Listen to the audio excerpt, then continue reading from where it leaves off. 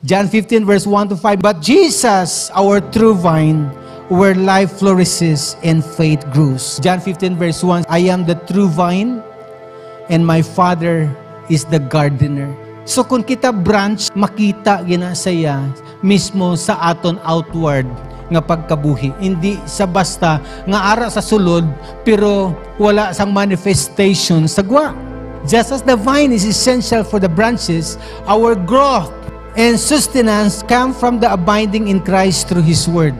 Kag paano kita makasiling nga nagpabilin ta kay Kristo? Is through the Word. Kaya amo ka na ka-particular. Until such time that the one who profess to be Christian ay in love siya, kag particular sa Word, then I believe that only God can judge.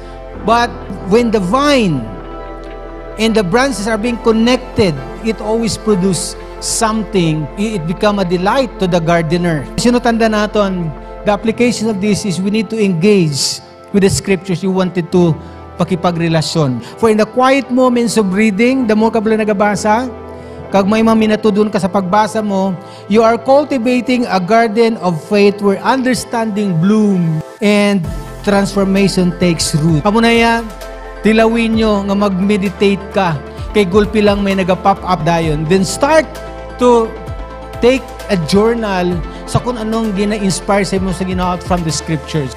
Love mo si Lord? Paano mo ipakita nga love mo si Lord kung hindi mo love ang iyang word? Love mo si Lord? Paano mo ipakita nga love mo si Lord kung hindi mo love ang iyang word? Hindi mo gaya makita si Lord. How you can say that you love the Lord? But you know, the only evidence na sa din love mo si Lord is once you have given attention to the scriptures, because that would help you sa anuman nga decision making mo, sa imo nga behavioral nga output sa kada adlaw. Makita nga ang pulong sa Ginoo naga-neutralize sang aton balisa nga panghuna-huna, sang aton tagipusoon nga nakulbaan. Amo na katahom kung may pulong ka sa Dios. It's just but natural that we are being tested and tempted and bombarded by what? By anxiety, by needs, by depression, just name it. Tanaw bala? Kung hindi ka strong sa word, then particular ka sa cellphone mo, sa FB mo, ano matabo sa imo? Makarried ka sang mga pagkabalaka, sang mga maliciousness, sang tao, sang depression sang tao. Yan naman, do may naugtasan ka lang kadali, tapos kung kisang imo ginapaokpan bala, ang social media, masiling ka na, butang ka dabi, ay, kapigado, gid. Tapos may masabat, ay, tuod, gid, bala, pigado, gid. Wala, gini atong presidente. Diba? E nasuha mo na kung nga, mas may pato sa naglikat nga tuig. No? May mga comparison na dayon.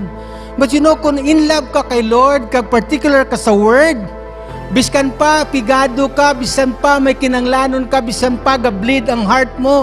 But what comes out in your mouth and what is being posted in your social media is very positive. The Word of God, what leads you to be inspired? What makes you excited? Biskan pa karon gaagwanta ka, excited ka buwas nga aman. Kabalo kaya ang Ginoo will not fail you.